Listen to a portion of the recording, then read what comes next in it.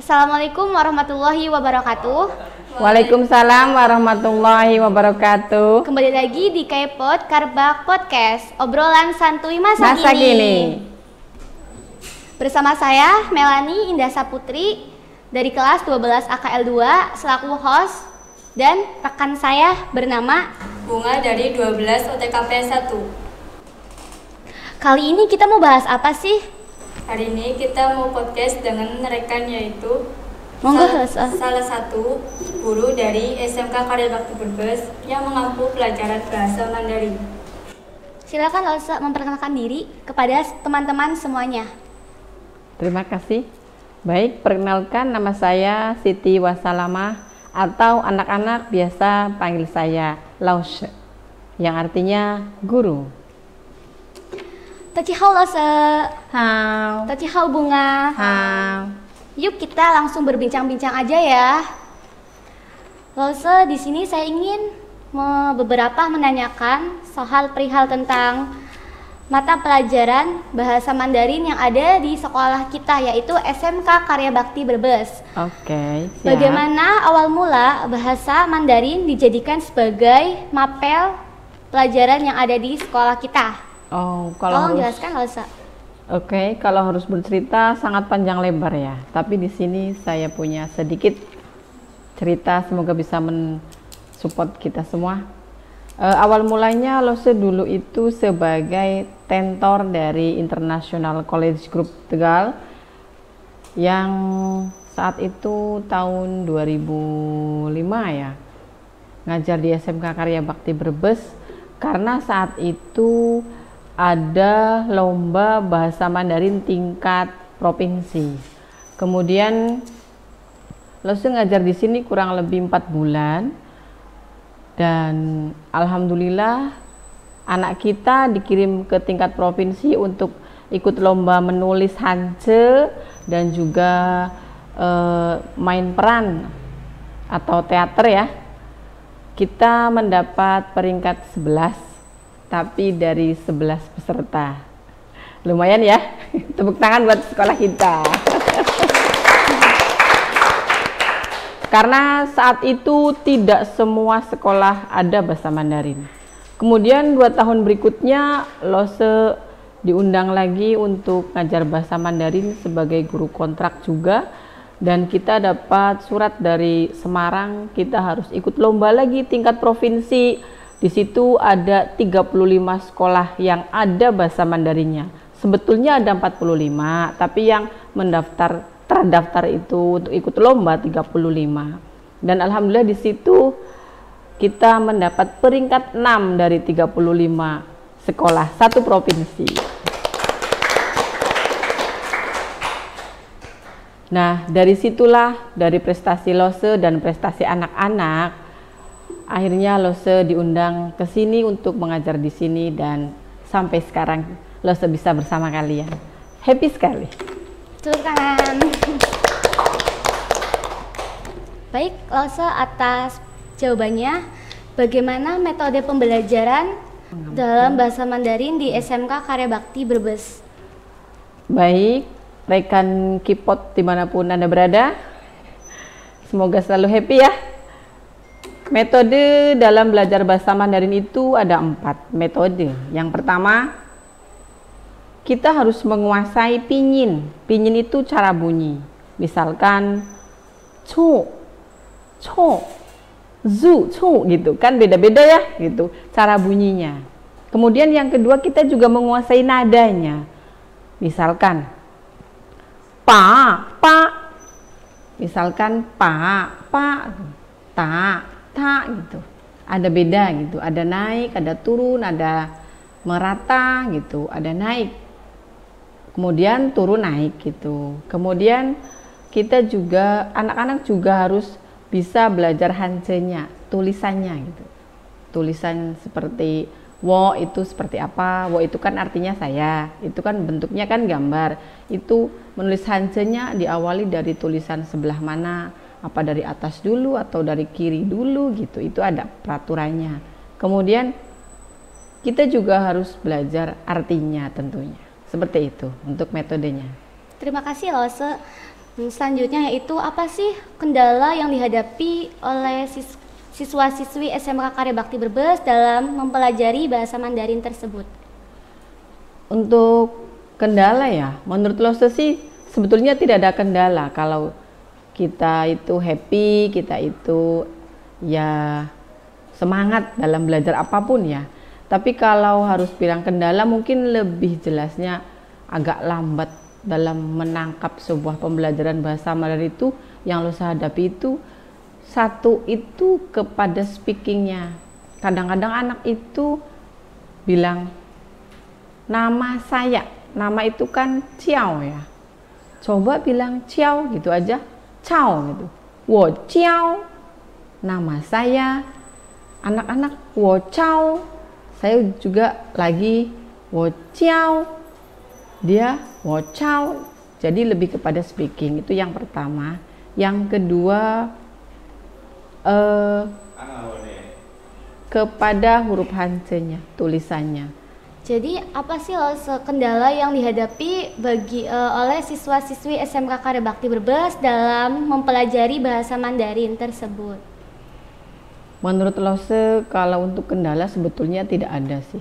Kalau Lose perhatikan di setiap pelajaran Lose, anak-anak itu happy, semangat. Jadi sebetulnya di situ tidak ada kendala karena dari hati udah kelihatan happy dan semangat ya. Biasanya sesuatu yang dia sukai, yang dia itu semangat, pasti akan cepat pintar gitu. Tapi kalau lebih lambat itu ada lebih lambatnya, masing-masing anak tak sama lah ya.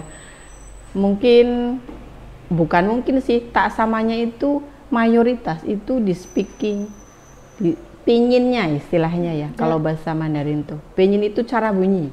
Contohnya nama saya misalkan, nama saya kan wo Ciao, tapi anak-anak wo Ciao. Dari beberapa anak itu mayoritas bilangnya wo Ciao, padahal lo sudah bilang wo Ciao.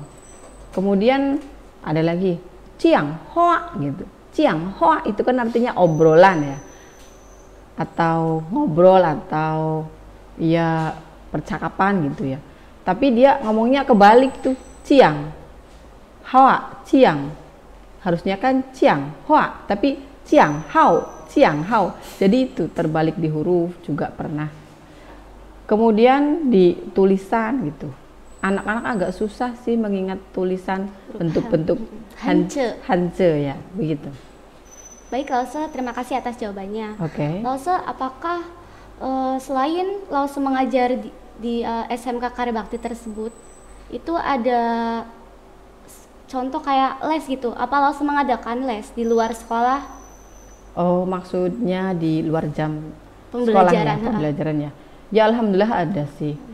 Dari tahun 2013 ya. 2013 sampai sekarang alhamdulillah masih ada. Lebih jelasnya itu namanya Mandarin Club. Dan itu kami kegiatannya di setiap hari Senin dan Kamis pulang sekolah. Kemudian itu untuk teorinya. Tapi untuk praktik atau on airnya kita juga sering ada di siaran radio. Jadi di situ melatih siswa selain tangkap dalam berbicara, berdialog, juga mental, begitu. Berarti les ini tuh diwajibkan untuk seluruh siswa-siswi SMK Karya Bakti Brebes atau hanya orang-orang yang ingin gitu? Kalau untuk Lose sarankan sih wajib ya. Disarankan wajib. Ya, tapi kembali ke anak juga. Barangkali anak kan beda-beda, ada yang minatnya olahraga, minatnya mungkin musik. Jadi bagi yang mereka berminat dalam dunia bahasa, begitu. Terima kasih Lause. Kegiatan apa aja sih Lause yang harus ditingkatkan kepada siswa-siswi SMK Karya Bakti Brebes agar bisa belajar dan memahami mata pelajaran tersebut? Kalau untuk kegiatan belajarnya itu banyak sih. Kalau di kelas kita sering banyak belajar, contohnya dialog ya kan.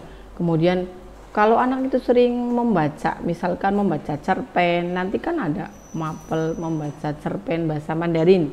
Kemudian nulis Hanzi tentunya, tapi juga selain itu ada juga bermain peran. Begitu. Terima kasih Lose. Lose, manfaatnya itu belajar bahasa Mandarin itu apa aja sih Lose? Tolong jelaskan kepada kami dan teman-teman semuanya. Baik. Kalau manfaat sih tentunya banyak ya, karena saat ini dan kedepannya itu bahasa Mandarin itu sudah termasuk bahasa internasional kedua setelah bahasa Inggris. Jadi nanti dimanapun orang Chinese kan pasti ada, dan ketika kita pandai berbahasa Mandarin, apalagi kita berbicara dengan orang Chinese tersebut, kita itu seperti saudara. Pengalaman Lose pernah dulu beli televisi di Tegal tuh, di toko merbabu, yang punya kan orang Chinese tuh. Alhamdulillah Lose pernah dapat diskon harga 500.000 karena Lose tawar dengan bahasa Mandarin, begitu. Dan kita juga ada alumni yang kerja di salah satu perusahaan mobil ya, yang mereka gajinya lebih tinggi daripada yang tidak bisa bahasa Mandarin. Kalau tidak salah sih beda 2 juta. Misalkan yang tidak bisa itu 4 juta, tapi karena dia bisa jadi 6 juta. Itu juga sangat berdampak untuk dia tentunya, ya kan? Oke, begitu manfaatnya kira-kira. Cukup lumayan banyak ya Lose. Ya, insya Allah. Apa manfaat Bunga setelah Bunga mempelajari bahasa Mandarin? Manfaat yang saya dapat dari belajar bahasa Mandarin adalah yang pertama, saya lebih fasih bahasa Mandarin dari teman yang lain. Dan yang kedua, saya lebih pede dalam arti saya bisa menguasai bahasa asing selain bahasa Inggris. Alhamdulillah, saya juga pernah ikut lomba tingkat nasional dalam percakapan bahasa Mandarin.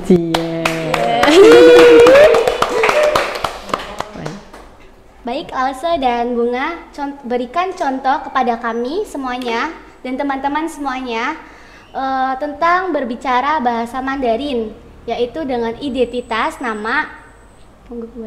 Oke, siap. Mbak Bunga, ni hao. Hao. Ni hao ma. 我很好，谢谢。